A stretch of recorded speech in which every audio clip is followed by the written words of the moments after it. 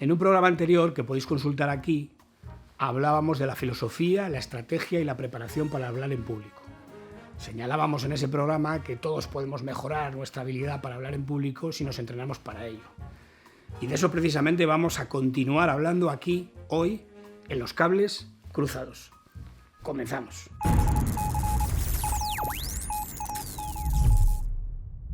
Es importante cuidar el escenario desde el que vas a hablar. A veces lo puedes organizar tú, que es lo ideal, otras veces te lo dan por organizado. Vas a un sitio y bueno, pues tienes lo que tienes y te tienes que adaptar. Pero en cualquier caso hay que tener en cuenta elementos que son fundamentales. Uno es la visibilidad. Tú tienes que ver bien a todo el mundo y todo el mundo te tiene que ver bien a ti. Y esto hay que cuidarlo muy bien. A veces las salas son muy alargadas, hay gente como que está muy lejos, otras veces son muy horizontales, es difícil verte desde todos los ángulos, quizá hay columnas, bueno, todo esto lo tienes que cuidar. A veces te obligan a hablar desde detrás de un atril y el atril puede ser muy alto. Bueno, tú tienes que intentar saber dónde te tienes que colocar, si te tienes que mover más o menos en función de la visibilidad, que te vean bien y que tú veas bien a todos. Un error bastante frecuente es querer estar muy cerca del público en lugar de estar en un lugar más elevado, en una tarima, y que, bueno, quiero estar cerca del público, y bueno, pues es verdad, estás cerca de los que están en la primera fila, de los que están en las primeras filas, pero ¿qué pasa con los que están al final? Como has bajado de nivel de altura, porque ya no estás en la tarima, pues los de atrás te ven muy mal, entonces tienes a los de atrás haciendo un esfuerzo tremendo para poder verte. Llega un momento en que ese esfuerzo tiene que disminuir y eso pues va a ir en detrimento de la atención de esas personas que te ven mal. Es decir, cuando la gente no te ve, pues evidentemente su atención va a decaer. Ojo con apagar la luz, por ejemplo. Entonces pues a veces se apaga la luz para poder ver una pantalla en detrimento de que se vea bien al orador. Claro, esto es un grave error, porque al final la gente ha venido aquí a oírte hablar a ti, no a ver una pantalla, y resulta que la luz está enfocada a la pantalla y no en verte a ti, con lo cual pues la atención de tu discurso pues también va a decaer. También hay que tener muy en cuenta la posición en la que tú te colocas. Claro, si tú das la espalda a la gente, pues no te ven bien, no ven tu cara, y por tanto pues esto es un grave error también que hace que en definitiva la atención pues también decaiga. He estado en algunas charlas donde el orador se sienta detrás de un ordenador y casi ni se le ve, está el ordenador así tapándole y casi ni se le ve. Un grave error, la atención disminuye. Un segundo elemento es el auditivo, es decir, te tienen que oír bien. A veces la sala es muy grande y no hay una buena megafonía. Y hay oradores, o no funciona, no, parece que no funciona el micrófono. No importa, se me oye bien. La gente te dice, sí, se le oye bien. Pero se te oye bien en un momento, pero claro, tú vas forzando la voz, llega un momento en que esa voz va bajando de volumen, y ya el de atrás, que al principio hacía un gran esfuerzo por oírte sin el micrófono, llega un momento en que ya no lo puede hacer. En definitiva, un grave error. Comenzar una charla cuando no se te oye bien, se te tiene que oír bien, esto es importante. Otro elemento que es clave son las distracciones. Claro, no es lo mismo hablar en una reunión de trabajo donde hay 8 personas que están totalmente atentas a lo que se está diciendo, que tener que hablar, por ejemplo, en un cóctel donde puede haber camareros por medio, en fin, o hay un coffee break que está ahí mismo y la gente se levanta cuando le da la gana a coger el café, regresa a la mesa, en definitiva, pues todas esas distracciones repercuten negativamente en lo que está diciendo el orador, en la atención al orador. Gente que llega tarde, gente, por ejemplo, que llega tarde y la puerta de entrada está justo detrás del orador y continuamente se está abriendo, la gente va entrando, saliendo, tú intentas hablar y hay una puerta ahí detrás, en fin, bueno. A veces las distracciones las ponemos nosotros mismos, con nuestros aparatos, ponemos aparatos que distraen. Por ejemplo, hemos hecho una presentación increíble con unos dibujos divertidísimos que se mueven y están ahí moviéndose mientras yo estoy hablando. Es decir, el decorado de la sala es más importante que el orador. El decorado es más importante que el actor. Evidentemente esto es un error gravísimo porque va a ir en detrimento de la atención a lo que tú tienes que decir. Con lo cual es muy importante, en definitiva, organizar bien un escenario que permita ver bien, oír bien, que no haya interrupciones y, por tanto, que mientras el orador habla, la atención se pueda mantener en él. Ya estás a punto de hablar en público y es lógico, justo antes de hacerlo, que tengas una cierta excitación, ansiedad, tensión, en fin, una mayor activación de la que necesitas para hablar bien. Esto es lógico, le pasa a todo el mundo que va a actuar, un actor, un deportista, un músico, en fin, un orador también. Lo que tienes que hacer en ese momento es regular ese nivel de activación, observar cómo puedes disminuir esa activación que te sobra a través de algún ejercicio, como puede ser pues, respirar o, en fin, algo que te ayude a situarte en tu nivel de activación óptimo. También es importante que tengas claro cómo vas a empezar. Ya he dicho antes que no hay que memorizar toda la charla, toda la exposición en público, pero sí tener muy claro cómo vas a empezar, con qué anécdota, con qué ejemplo, con qué comentario, con qué contenido. Esto te va a ayudar a tener más confianza. Ya estás en el escenario y empieza la actuación. Y aquí hay que tener muy en cuenta dónde te colocas en el escenario, lo que hemos comentado antes, respecto a la visibilidad, que te oigan bien. Y aquí entra en juego ya el lenguaje no verbal. Lo primero de todo, el contacto visual. Es importante que tengas un contacto visual con las personas a las que te diriges. Si es un grupo reducido, puedes ir mirando una por una, poco a poco vas repartiendo tu contacto visual entre todos ellos. Si es un grupo amplio, una sala muy grande, no puedes fijarte en cada persona, pero sí puedes ir repartiendo el contacto visual entre distintas zonas de la sala. Muy atentos a las personas que están lejos, porque la tendencia es a fijarte en las filas más cercanas, los que están cerca, y te olvidas de los que están lejos, y llega un momento en que esas personas pues desconectarán. No, especial atención a los que están lejos, tienes que cambiar tu contacto visual, elevar tu contacto para que los que estén lejos también se sientan involucrados. Errores frecuentes son mirar al suelo, oradores que hablan mirando al suelo, sin contacto visual, o el filósofo que mira al techo, hablando ahí como si estuviera y tal. No, contacto visual con el público. Otro elemento interesante, clave, es la expresión facial. Las cejas, los ojos, y sobre todo cuando estamos sentados y tenemos que expresar mucho, pero también cuando estamos de pie. Hay que expresar con la cara las emociones que queremos transmitir. Y también utilizar la cabeza, los hombros, en fin, los brazos. Los brazos también nos ayudan mucho a poder transmitir y acompañando al lenguaje verbal. A veces se abusa mucho del lenguaje de los brazos, no es fácil, a mí mismo me pasa mucho que muevo los brazos más de la cuenta, pero es un elemento que bueno, podemos aprender a dominar cada vez más y que nos va a ayudar muchísimo. A veces nos ayudan a organizar la información, es decir, hay 4 elementos, 1, 2, 3, 4, por ejemplo, a poner más énfasis en lo que estamos diciendo. Bueno, en definitiva son una herramienta muy interesante, sobre todo cuando estamos trabajando de aquí para arriba y por tanto en una mesa o en un atril, pues es importante poder mover bien los brazos. También el movimiento que tiene el orador es otro elemento importante. Si me puedo mover, puedo marcar con mi movimiento distintas secciones de lo que quiero decir. Digo una cosa, me muevo, digo otra, me muevo, digo otra. Puedo separar de esa manera distintas secciones de lo que quiero decir, distintos temas.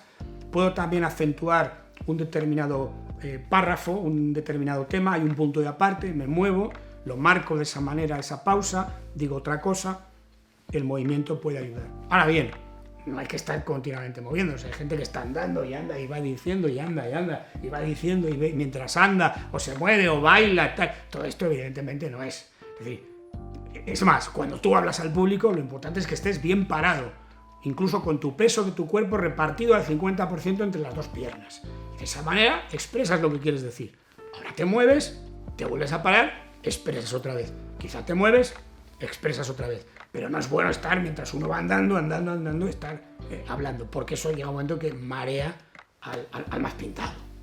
El lenguaje no verbal nos va a ayudar a conectar emocionalmente con el público. Pero además hay que tener en cuenta el lenguaje paralingüístico. En primer lugar hay que pronunciar bien, hay que vocalizar, no hay que cortar las palabras o las frases. Hay que terminarlas bien, que el público sepa exactamente lo que estamos diciendo. ¿Qué ha dicho? ¿Qué ha dicho? ¿Qué ha dicho? No se ha enterado, no, hay que hacerlo bien. Es importante también respetar la puntuación, lo que equivaldría en el lenguaje escrito a los puntos seguidos, a los puntos y aparte, a las comas. Es importante tenerlo en cuenta. También la entonación, qué entonación utilizo, si hago una pregunta, si termino una frase. Todas estas cuestiones pues, ayudan a comprender mejor lo que intentamos decir y a conectar mejor con el público. Un elemento importante es el volumen que utilizamos. Tenemos que hablar lo suficientemente alto como para que las personas nos escuchen, nos oigan bien. Pero además ese volumen no debe ser monótono.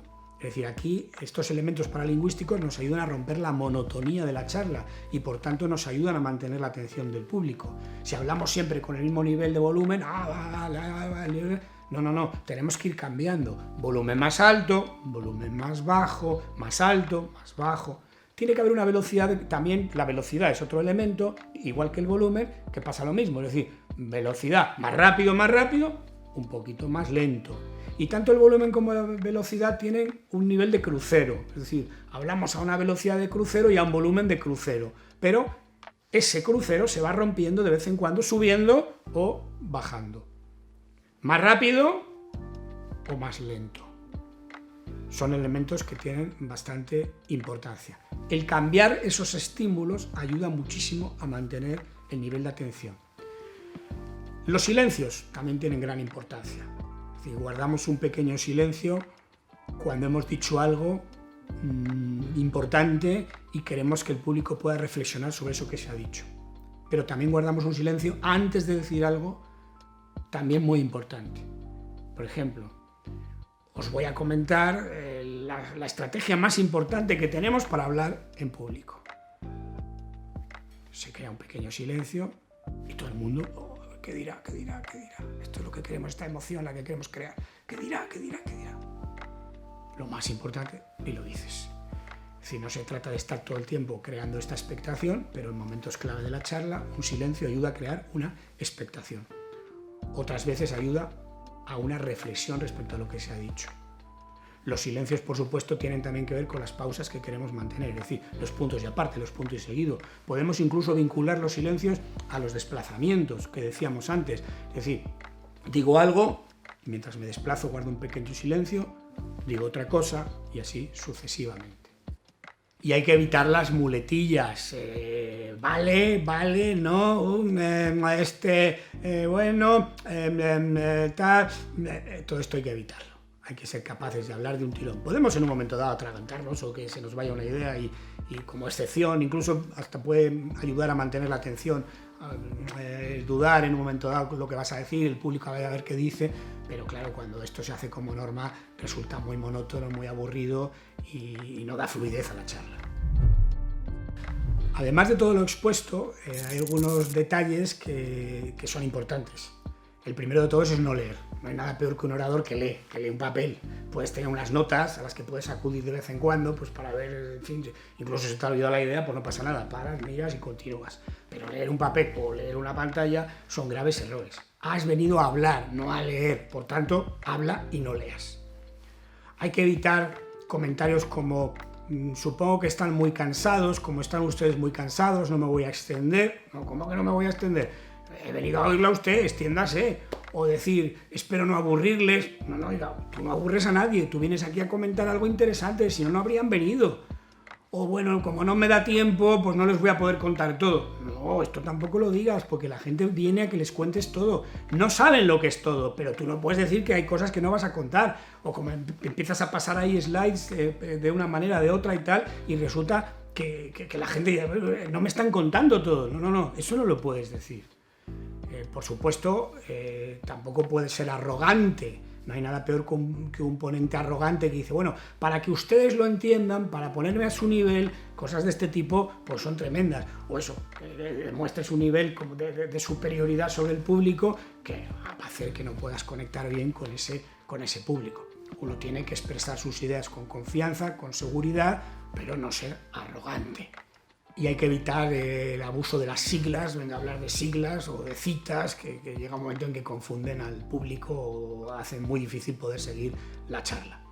Y también hay que tener mucho cuidado con la tecnología, con los PowerPoint, con lo que se proyecta, sobre todo cuando las exposiciones en público son online, que es algo que hoy en día pasa mucho. Entonces resulta que se ve la mayor parte de la pantalla con algo que tiene que ver con un PowerPoint y al orador se le ve en una esquinita pequeña que casi ni se le ve. No. Hemos quedado que hay que ver bien al que habla.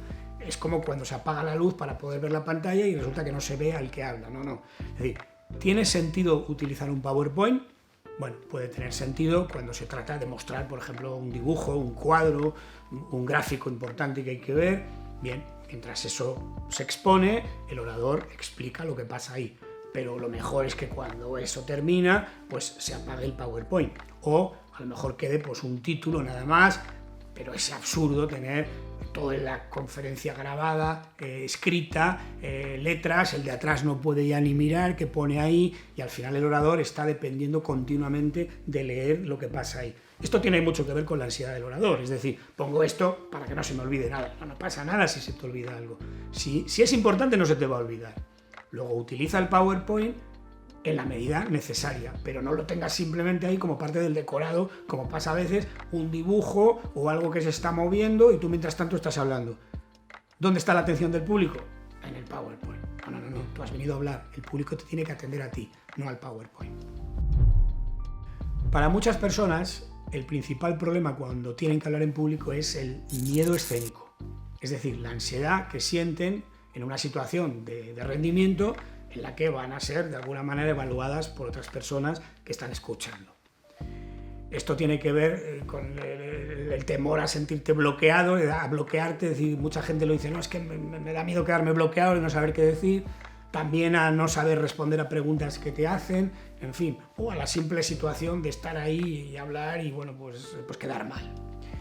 El miedo escénico hay que combatirlo, y hay que combatirlo con una buena preparación, tanto de lo que vas a decir, de cómo lo vas a decir, como una preparación tuya personal, algo de lo que ya hemos hablado, anticipar las dificultades, tener un plan B, admitir que te puedes equivocar, que no pasa nada, que en un momento dado te puedes bloquear, no pasa nada, un momento por favor, miras las notas, continúas, bebes un poquito de agua, sigues adelante.